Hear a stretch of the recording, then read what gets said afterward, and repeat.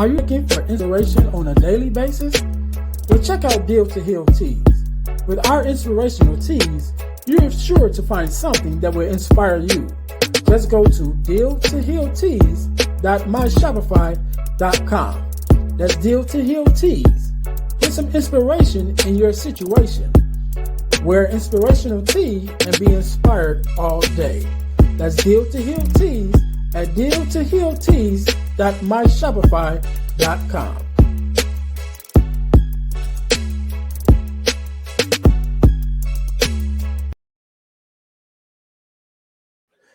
Hey guys, this is Earnest James, host of the Deal to Heal with E. James podcast, and I got a question to ask you.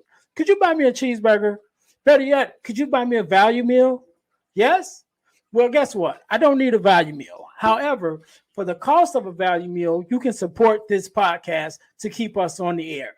Just go to Patreon/Deal to Heal podcast and choose any one of the 3 tiers that's available. And if you just want to make a one-time donation, go to Cash App and make a donation to $EJames, the number 418. Make a one-time donation to the Cash App, or again, go to Patreon to support this podcast and keep us on the air. Thanks in advance. Be blessed.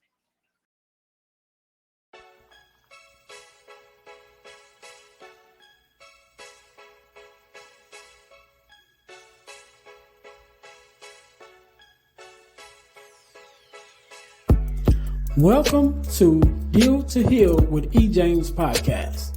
On this podcast, my guest and I will discuss topics and ways to help us to heal in every area of our lives. I believe that everyone can live a life that is happy, healthy, and whole. So I'm on a mission to help people to deal, heal, and fulfill. Deal with your problem, heal from the pain, and fulfill your purpose.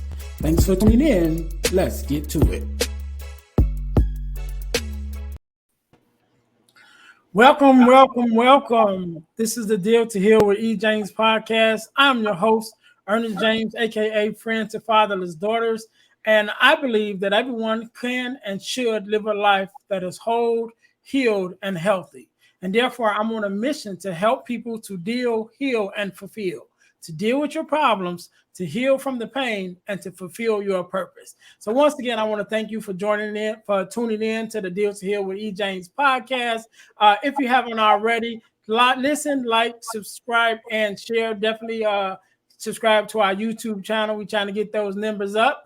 And today, just like any other day, we are blessed with a guest. So we're going to jump right into Mr. Derrick Jones. How you doing today, sir? I'm good. How are you? I am good, man. I'm good. First of all, let me say thank you for tuning in. Well, not tuning in. Thank you for coming on the show to be a guest, because I know you could be doing anything else, but you are here with us, and we definitely appreciate it. Definitely. More than happy to be here. It's been a long time coming, so I'm excited about it. Yeah, we've been trying to hook up, and there's one thing after another, but hey, we're here now. So, man, let's jump right in it. First of all, introduce yourself to the listeners and tell us exactly what it is that you do. Well, my name is Derrick Jones, and I am a certified life and relationship coach, but specifically emphasizing more so on the relationship aspect of it. So I have a life coaching business. I also have the Relationship Gumbo podcast, which is partnered in with that. That airs every Wednesday at 8 p.m. And we just talk about the word gumbo. From Relationship Gumbo, it's just really about all of us being a kind of a mix of things and ingredients, and we have to kind of come together and see how that little recipe works. And sometimes you got to take some things out, sometimes you got to put some things in, test it out, might not taste too good. So I wanted to really drill down on areas that a lot of people miss, those little things that you miss that might change the trajectory of your relationship. I try to pinpoint those things. It's an occupational hazard from being an engineer. I look for the problems and I find solutions. So it goes hand in hand. So that's in a nutshell what I do. I just try to help people heal. I try to help people see things they don't normally see so that they can make better decisions. Okay, cool. You kind of jumped on me a little bit because that was gonna be one of my first questions I was gonna ask where the name came from. But before we do that, I got one other question that I want to ask before we get into that because I know you are a girl dad, like myself. So whenever I have a girl dad, I want to ask them two questions. Number one, what does it mean to you to be a girl dad and that experience? And then number two is tell us something that your daughter has taught you. So the first question, what does it mean? It's like it's something that I never thought that I would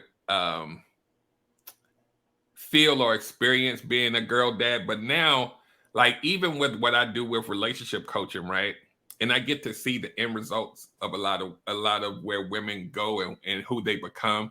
And I get the unique opportunity to be on the front end of that, to try to nurture and try to help her become the best version of herself as she can with the actual present father in the home, a present father that's involved with her emotionally, as well as just being present and providing and all that other stuff. I'm there for her emotionally as well, because that's one of the sort, as you know, one of the things that a lot of women that don't have dads, or even if they have a dad that's not present, it's something that's missing. And then I'm talking to these women at age 45 and the sting's still there.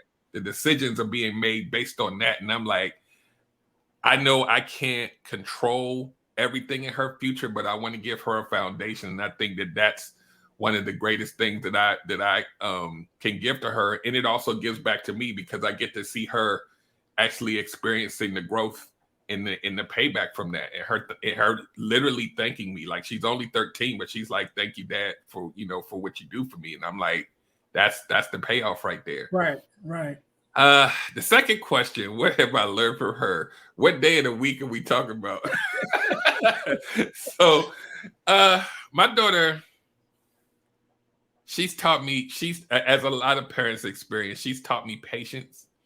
Probably more than I normally have a lot of patience, but the things that she's going through now as a new teenager, and just really understanding that the biggest thing is understanding that these kids now aren't the same kid that was like in the 70s and the 80s. So you got to have a little more temperament and patience with them, because they're really in tune with their feelings and they want to share stuff. And you have to kind of mute down that iron fist that we grew up with, like, yes, do this and do that. And she's like, but why? And I'm like, I got to tell you why. So it's like, you have to understand that they're growing up in a different world.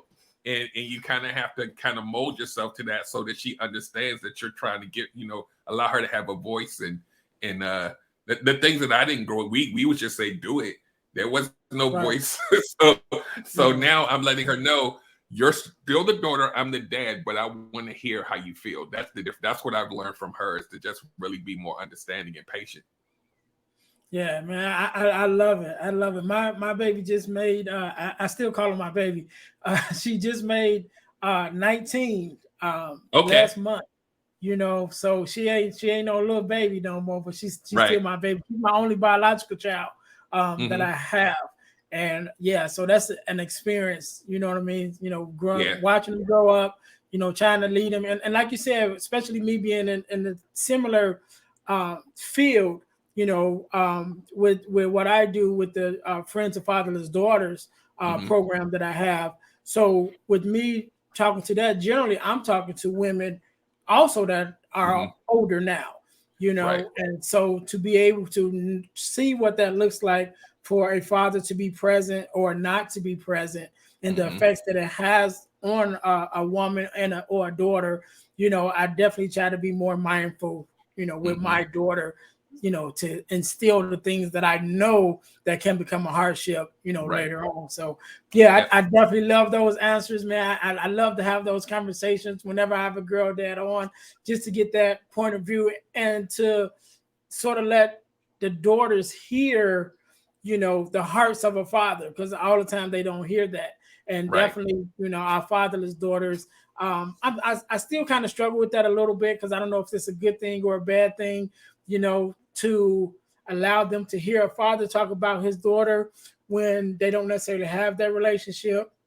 But I still think it's good for everybody to hear it. It's good. It's good. Yeah, I think it's good because they get to see a different type of man that may inform even who they choose.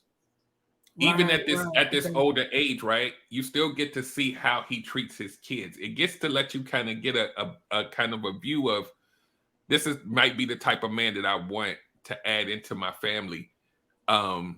Whether they have a young kid or whether they're contemplating on having one, now you get to actually see that there are men out here that actually care, that's in the trenches, that's doing the work. So I think it's important for everybody to hear.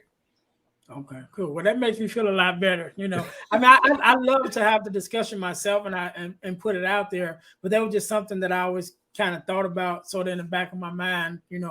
But yeah, you're right. You're right to be able to have that example of what it should be and what it should sound like and look like. So definitely, thank you for that. So we're gonna jump back into it. You had already got started because again, I was gonna ask you where the name came from. And so now that I understand a little bit about that. One of the other questions that I have, how long have you been doing this and what made you get into the relationship field?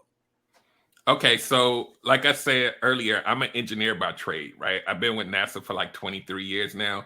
I'm not going nowhere. I'm still gonna ride that out till the wheels fall off, unless something magical happens, like some falls out the sky in my lap. Then I'll be more than happy to leave. But right now, I'm there. So people are like, engineer, relationship coach, like how does this happen? And what I found, as a lot of people who work in my field, they tend to be a little more introverted.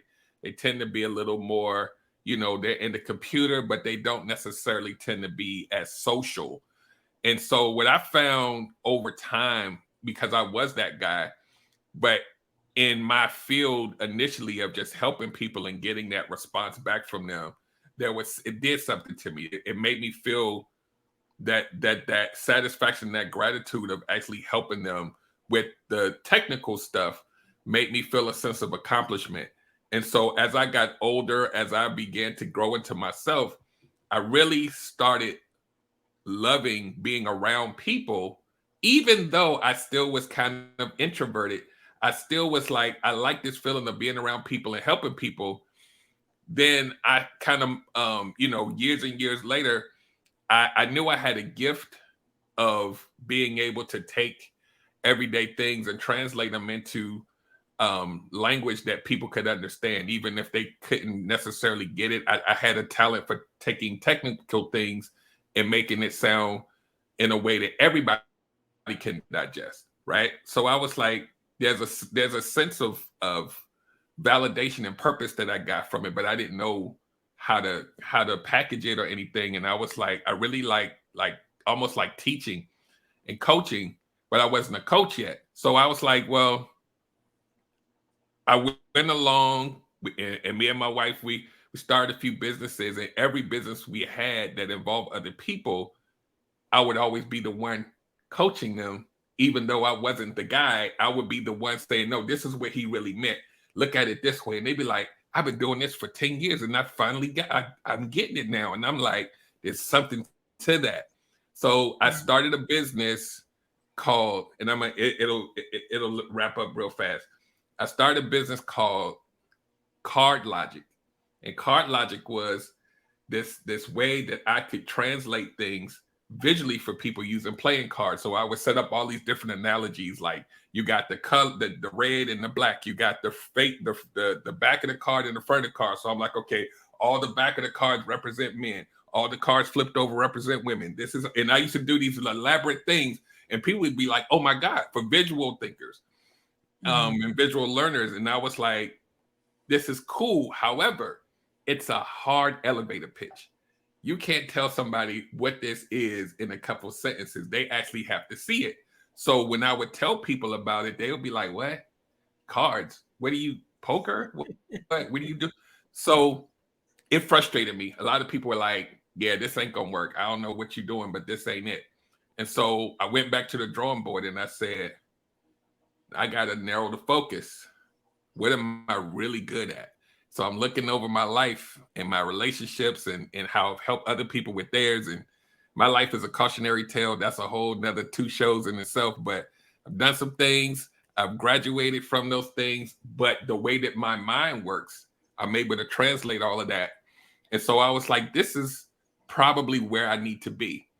And it's not visual. So now I can start a podcast, because I wanted to start a podcast before, but I'm like, they can't see the card. So I was like, not only am I narrowing my focus, but now I can start a podcast. So all of this combined up to now is probably about 3 years.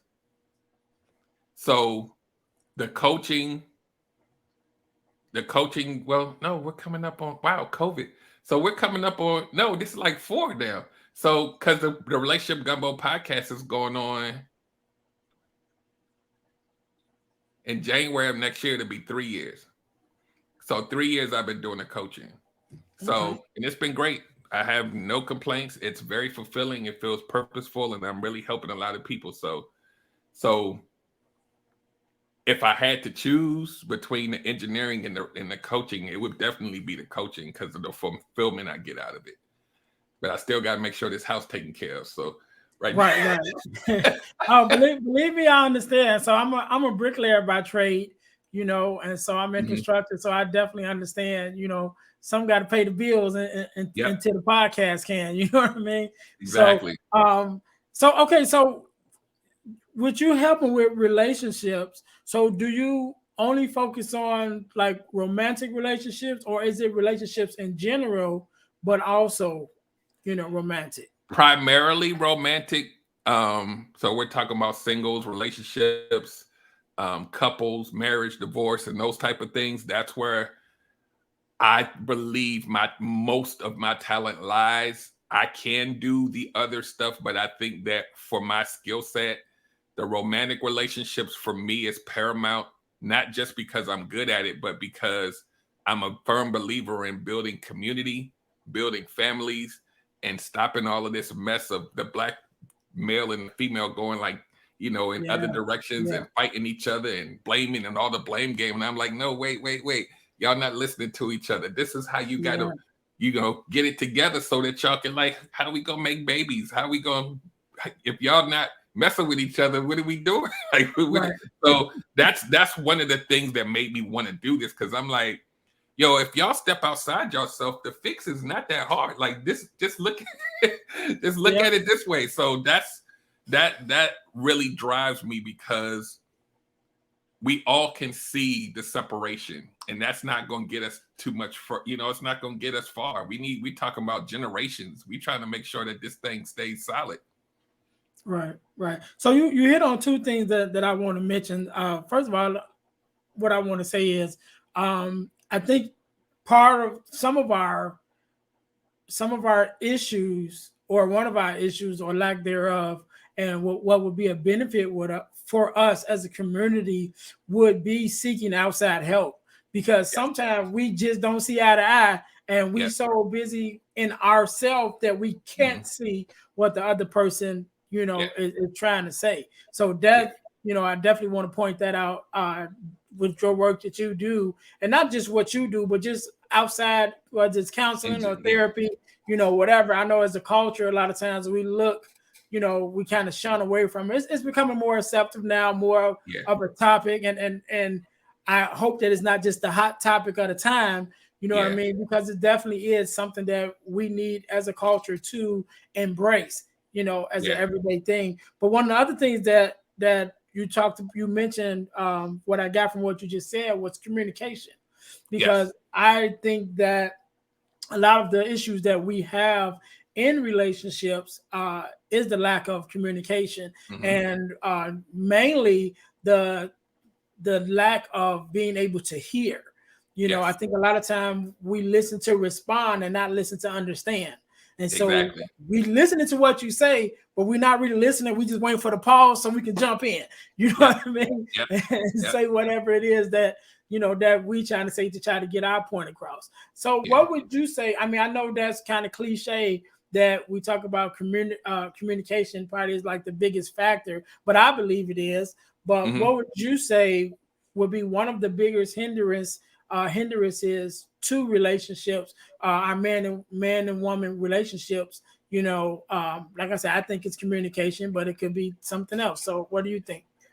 I think the biggest thing is communication.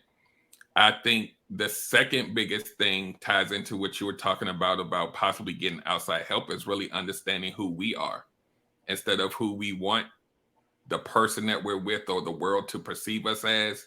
Is really getting in tune with who you are, so that when you get into a relationship, you're showing up as you. That person gets to fall in love with you. The communication part of it is so like it's the easiest and the hardest thing to do, because we all come to the table with a bunch of stuff, experiences and traumas and all this other stuff. And then you try to pair with another person that has their own set of stuff.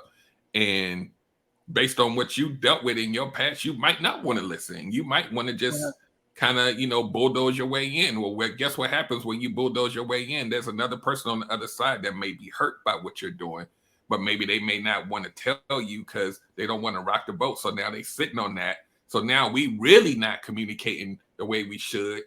And that other person that's sitting there trying to keep the peace is building resentment over time. Now they mad. Now they don't even want to deal with you no more. And the solution was simply just to be able to hear each other and to really respect each other and understand that certain things, certain tones hurt. A lot of men not going to say you hurt my feelings when you yelled at me, but you're going to hold on to that 100, 200 times until next thing you know, you like, man, I'm not like, let me just sit in the driveway for another 30 minutes because I don't even want to go in there.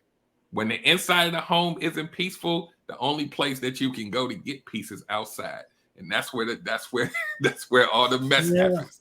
So, yeah. So you said two things I want to touch on real quick. One of them, I remember when what was the movie Hustle and Flow? When the movie Hustle and Flow came out, and I remember watching Terrence Howard, and he was doing a interview, and he talked about an experience he had when he was younger, and I think it was a gentleman had told him this phrase or whatever, and what he said to him was, the person who cares the least will control the relationship, because the person who cares the most will always be trying to compensate, to keep that other person happy. And I think about that because one of my things that I teach, and I definitely believe is, one of the biggest things we can do to help our relationships is to focus, right? Focus on the right things. And so I always say my focus in a relationship should be, what can I do to make this other person's life better?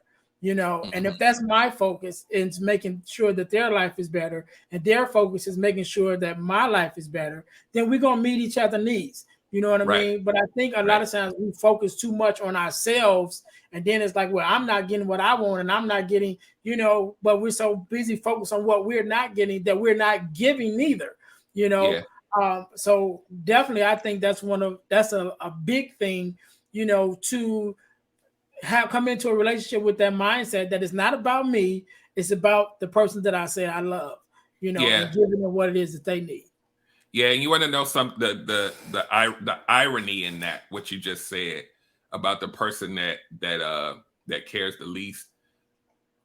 When we talk about people, and I'll use this word loosely because I know it's used a lot, and maybe not in the best ways, but you use the word like narcissist, and people that typically don't have a lot of empathy, they care less. Those people will try to find people who care a lot, right? And so because they know that those people who care a lot are going to cater to them so much that they're not even going to worry about themselves. And that is the thing that I always try to tell people when I coach them. You can still care, but have barriers for entry. Like they can't just get it all up front because you already know that you're a person that's super empathetic and you want to save everybody. Okay, cool. You're going to have to vet everybody, no matter how cute they are, the same way. They don't get to get it all. And it's unfortunate because those of us that are the most caring are the ones that get hurt the most, because we find ourselves finding people that we want to, people pleasers. We want to find people that we can help out because we're just these are the people that get crushed I'm one of them. Yeah, I feel you, you know, because we those of us who have hearts for people like myself and you who, you know, would dedicate our life and do dedicate our lives to helping other people. You know, a lot of times we have to realize that we can't save everybody. You Right. know, and it's kind of a hard lesson to learn for us, you know, and I speak for myself, definitely kind of a hard lesson to learn, that you can't help everybody. And then also that everybody don't want to be helped. You know, Yep. like you said, Very there true. are people that look for people that they can get over on, that look for people that they can control, you know, and even on the other side of that, there are some people who love being victims, you know, Yep. because victimhood get them attention, it gets them you know, emotional or whatever, you know, they're getting the attention that they want from the other person. So we can't save everybody. But that's kind of a hard lesson to, you know, a hard pill to swallow Oh, it is at very times. hard. So, you know, you got to kind of choose your battles, as they say, Very you hard. know, and try to help who we can help. Definitely, and I think one of the other things, even going back to what we were talking about, you know, with the narcissist or whatever, I think that one of the things that we have to learn, as in relationships, is to be able to solve the problems that we have, you know, without or just being able to solve problems in a good manner, you know, because I think a lot of times, a lot of problems that we have, if we took the time to actually focus on the problem, you know, we could fix it, and it could save a whole lot of relationships. You know, just in that you know, what they would call conflict resolution. You know, to be able to come to the table and say, okay, what is the real problem? You know, I know I'm mad at you, but I'm not mad at you personally. I'm mad at something that you did. You know, and to be able to look and say, first of all, why does that affect me, that I feel this way about it? And then if I can explain that to you, why it hurts me, then maybe it'll help you to understand why, you know, you should change that. You know what I'm saying? Or something like that. Yeah. That's probably one of the biggest lessons that most of us have to learn is to attack the problem and not the person. Because you see the person every day, so it's hard not to say, you didn't do this. And it's like, wait, your voice elevated. You kind of yelling a little bit because you upset. But the only other person that I can reference that type of tone to is my mom. You're not that. So we gonna have to. I'm the tone police. I got a badge and everything. Like, you're gonna have to bring it down a little bit because I can't. It's gonna I can't take that yelling. That's a trigger for me. Yeah. That's not a good one. That's not a good one. So let's switch it up a little bit. So I don't know if you're an author. I actually was going to ask you that. No. I should be, but I'm not. Should be. Okay, well, hey, you know, we're speaking into existence. You know what I'm saying? So one of my is I have two books when we talk about relationships, and when I talk to other people about relationships, two books that I definitely recommend. One of them is called Love and Respect, which is a great book. It's awesome. And the other ones, which I know you've heard of, is The Five Love Languages. Absolutely. Which definitely is a book that I believe in. Yes. So seeing that you know about it, I want to ask you if you could add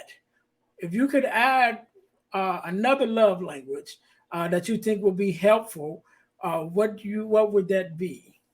Ooh, that's a good question, man. And I'm normally not stumped ever. Another love language.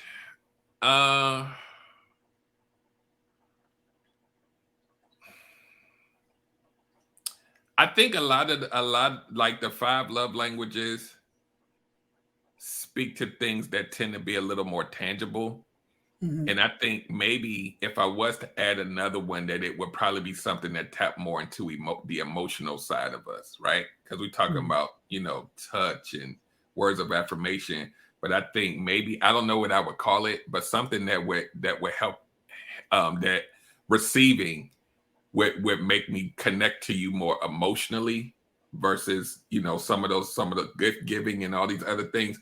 Right. If there was something that tend to tap into the emotional part of me more, I think that would probably be the only other thing that I would add.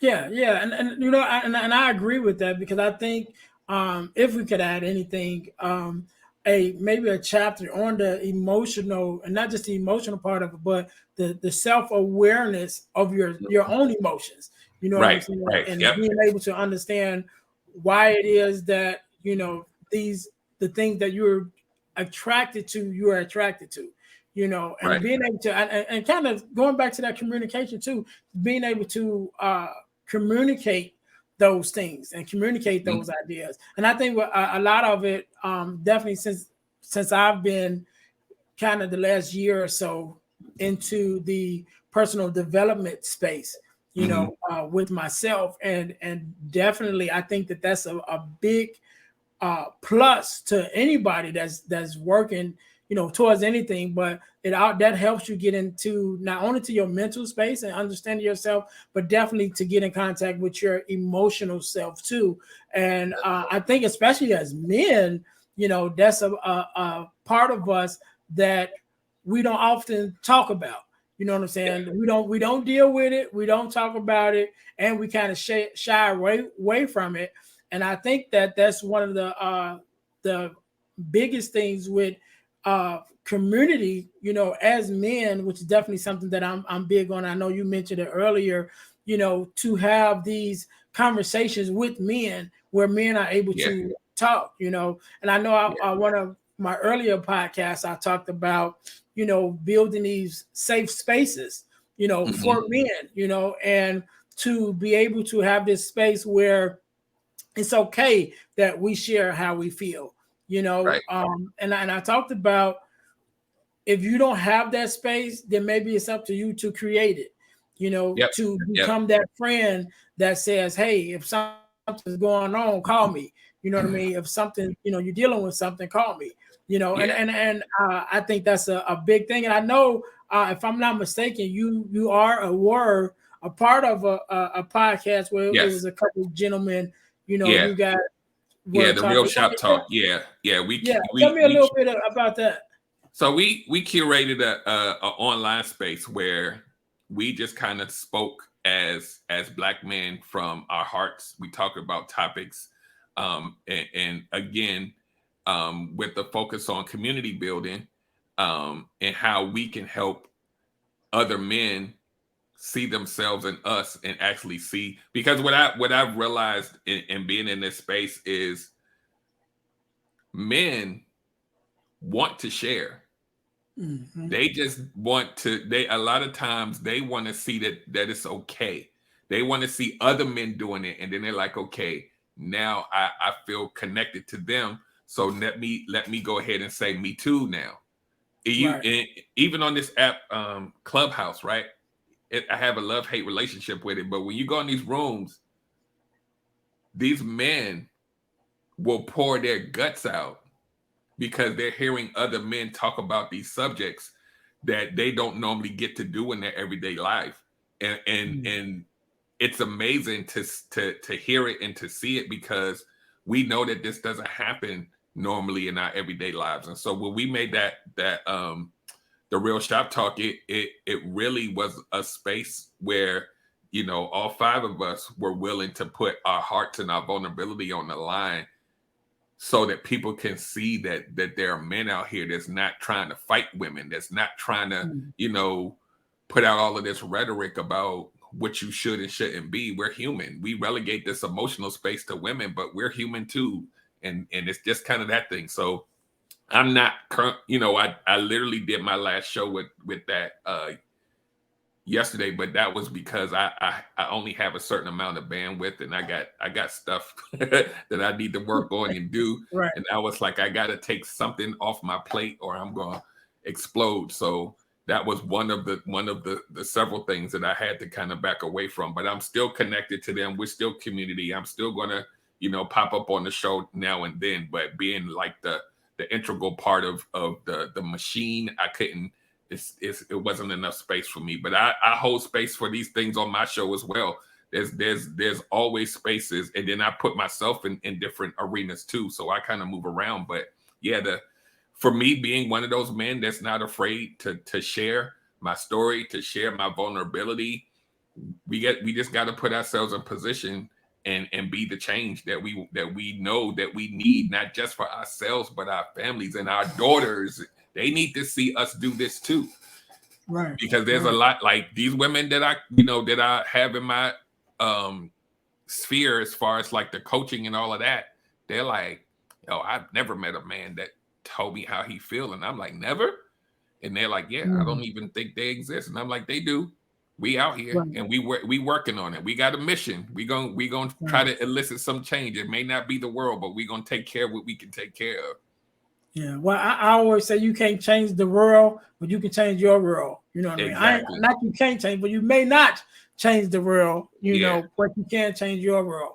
Exactly. And then definitely I agree with you 100%, man. I think, you know, it's up to us to build those rooms and to build those spaces that, you know, the other men feel free to talk about some things. And that's why I talk about a lot of things on my podcast. And even I've, you know, been on other podcasts and definitely share about things that I've been through, depression and you know, suicidal thoughts and, you know, debt and divorce and the whole world of that. You know, I'm very vocal about it because I know I'm not the only one that's been through it, you know, and like you said, it's up to us to make those spaces to make it okay, you know, because we want to say something, you know, and you can tell because we quick to throw a joke, you know what I'm saying? You joke about something, everybody quick to throw a joke in. So we just got to make it that it's okay to talk about some serious things, to talk about some things that's really meaningful in our lives, you know. And so that's why I really like the platform that you guys built, you know, and I'm connected to some of them guys in the speaking space and everything, and definitely going to have some of them on here. But before I go, I'm gonna let you have the last word and give some advice. But I just want to throw this little thing that I do when I'm talking about relationships, right? So this little, I guess you call it a story that I like to put out there. So we hear a lot of times when I'm talking to women and some women, and that you hear the old thing that all men are dogs, right? And so I tell women, say, well, if all men are dogs, then you need to be careful of the kind of dog that you choose, right? So we got four different types of dogs that you should be looking for if all men are dogs and you got to deal with a dog anyway. So one of them would be the seeing eye dog, because the seeing eye dog leads and he guides. Right. So if you're going to deal with a dog anyway, then you look for a seeing eye dog. The other one would be the canine. The canine, which is the police dog, because he protects. Right. So he protect your home. The third one would be the hunter. Right. Because he goes out, he hunts, and he brings back the food. So he provides. So we got the seeing eye dog. We got the canine. We got the hunter. What was my last one? I can't think of what. My mind just went blank. But those three is good. So I would say if you have to deal with dogs, if you believe that all men are dogs, then there's several kind of dogs that you should be looking for. You know, and I definitely don't believe that, and I don't think most women believe that. But I think a lot of times they just repeat, or I don't even want to say repeat, regurgitate what's been, you know, deposited into them back out into the world. So I have to go ahead. I'm sorry. No, I was saying a lot of times, just because of how analytical my brain is at all times, I always have to kind of gut check these women when they say this, because I hear it a lot, and I'm like, okay, so all men are dogs, right? So how often have you dated in your specific geographical area around your house? And they'll say, yeah, I go to the same bar every Friday and I meet guys every now and then and we date. I met some good ones. And I said, okay,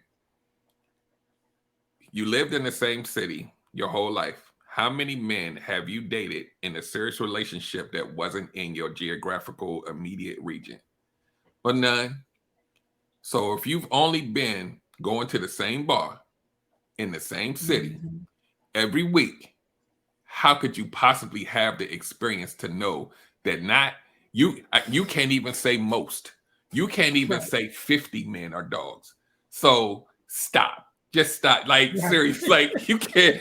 I get so upset when people speak in absolutes like all, because I'm like, no, your little experience, even if you took you and 10 of your girlfriends, it's still a small sample size. Like, you can't, you stop. It drives me nuts. And I always have to bring them back to, and I'm like, and furthermore, if every man in your little geographical area is treating you bad, but you still fish in that same pond, you're probably going to be single. You're not even going 30 minutes up the road to go be seen. It's insane to me. Yeah, and I always say, if you're constantly having bad relationships one after another, then you got to look at the common denominator. You know what I'm saying? And then that goes into, number one, accountability, which is almost a curse word in some spaces, but we got to talk about accountability, and then dealing with the hurts of your past and the things that you're bringing from one relationship to another, the baggage that you carry, and a lot of times men and women don't want to do that work, don't want to do that hard work. And it makes it hard. It makes it hard for those of us who care, and want to see you do better. Because a lot of times some people just don't want to do the work, and it's unfortunate. But Derrick, again, man, I thank you so much for being on, man. Thank you for, giving us a little bit of your time. So I'm going to let you have the last word. First of all, tell us where we can find you at, how anyone can work with you if they're looking for you, and then any last words that you might want to have. I'll say, well, first, you can find me at my website, relationshipgumbo.info, and that will funnel you to all the social media, with the emphasis on Instagram, because I do a lot of pop-up lives on there. They're unannounced, but they're very impactful, a little less scripted than the actual podcast. And then YouTube is where I do the live podcast every Wednesday. So everything is live in real time. I have guests sometimes I'm solo, but it's always good content. And this is how we network and connect with people. And I'm sure at some point we're gonna have you on the show, sir. Oh, so definitely. We're gonna save you a spot. And a last word, I guess. I would just say overall from the whole conversation, just for your listeners and anybody else that would listen, you really have to really be intentional about A, what you want out of a relationship. And B, you have to really look at yourself to see what you are bringing to the relationship. And a lot of times we look at what we're getting, but when you look at what you have to offer now, you really got to look at yourself. You can't just say I'm cute. You just can't say I got a lot of money. What are you, if you didn't have the money, sir, if you didn't have the butt, ma'am, what else do you bring? And I'm not going to say bring to the table because I hate that. But what else are you bringing? What else are you bringing to the relationship that makes you valuable to another human being? And hopefully that other person is doing that inner work as well. But I guess my biggest thing is just you really got to focus on who you are. Find that out. It's a lot of people that's in their 50s right now don't even know who they are. And it takes time. It takes time for you to got to go through the mud and figure out where you've been and what your patterns are and why am I like this? Why have I been single for 10 years? You're going to have to do some investigative work before you can show up and be effective with somebody else. Yeah, and that's 100%. Yeah, like I said before, I think a lot of people just don't want to do the work, but you have to make up your mind what it is that you want.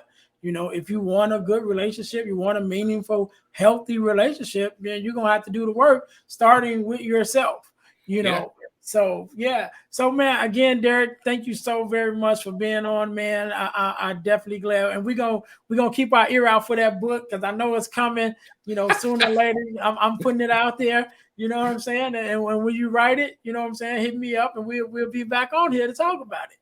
Will do, absolutely. Yeah. So again, thank you so very much for blessing us with your presence and your expertise. Again, everybody, this is the Deal to Heal with E. James podcast, and our mission is to help people to deal, heal, and fulfill, to deal with your problems, heal from the pain, and fulfill your purpose. Make sure you guys listen, like, subscribe, and share to the podcast on YouTube, on Spotify, and everywhere else, on Facebook. You can find us everywhere. Deal to Heal with E. James Podcast. Until next time, we will see you guys next week. We out of here. All right. Hey guys, I know you're enjoying the podcast. However, don't forget to join our text line at 866-326-0730. That's 866-326-0730 in order to receive text messages with new events and things that is going on and new episodes as they release. All right, see you in a minute. Thanks for listening to the Deal to Heal with E. James podcast. Remember to listen, like, subscribe, and share. This episode has been brought to you by Deal to Heal Tees. Put some inspiration in your situation. Wear an inspirational tee and be inspired all day. Let's go to dealtohealtees.myshopify.com. Remember, our mission is to help you to deal, heal, and fulfill. Deal with your problem, heal from the pain, and fulfill your purpose. Thanks for listening.